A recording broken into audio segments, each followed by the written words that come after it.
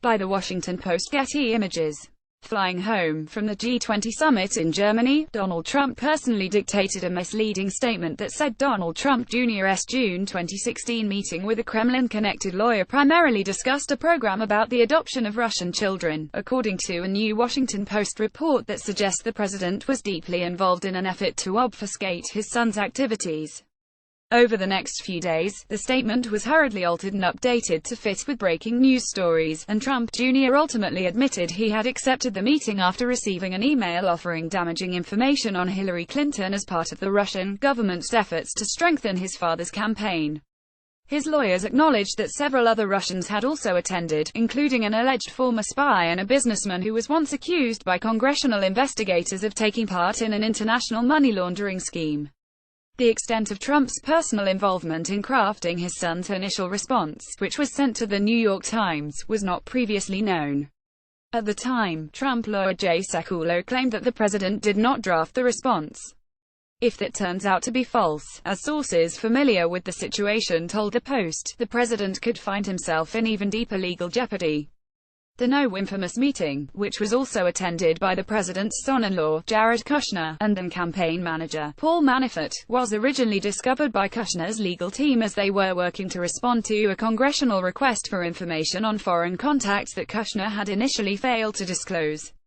Recognizing an explosive story that would eventually come out, Kushner's lawyers advocated a more transparent approach, according to the Post. Long before the press found out, they started strategizing, and lawyers for Trump, Kushner, and Trump Jr. discussed varying ways of disclosing the meeting so as to control the inevitable fallout, including the possibility of furnishing a mainstream news organization with all of the information, even the damning emails. When word came that the Times was working on a story, and would soon publish, Kushner's lawyers huddled with Director of Strategic Communications Hope Hicks and White House spokesperson Josh Raffel to formulate a strategy. During breaks in the G20 summit, they decided to stick with a more forthcoming stance. Instead, the White House ultimately responded with a short, ambiguous, and misleading response, allegedly written in the forward cabin of Air Force One, where the president himself dictated to Hicks, who shared edits between Trump and his son.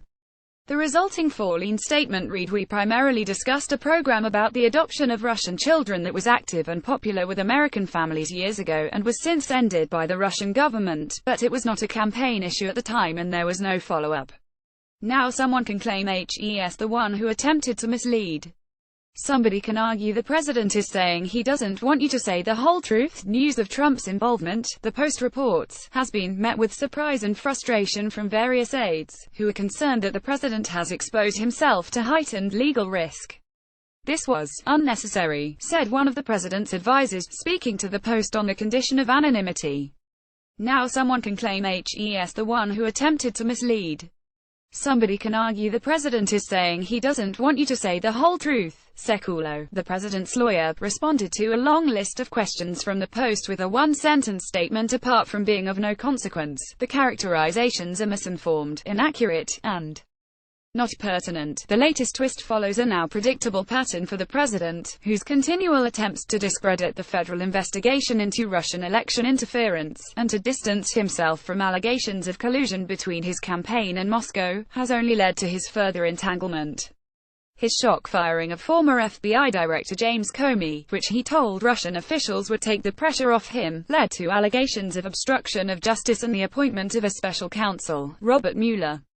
His attacks on Attorney General Jeff Sessions for recusing himself from the Russia investigation have only bolstered concerns that he has sought to impede the investigation, as have his open attempts to undermine Mueller, find compromising information about his staff, and politicize his probe. Whatever his intention, such actions have the effect of implicating Trump in the public eye, rather than extricating him from the unfolding Russia scandal. Trump's clumsy approach to Russia is so slapstick, it almost seems as though his clownishness is a distraction from another, bigger scandal.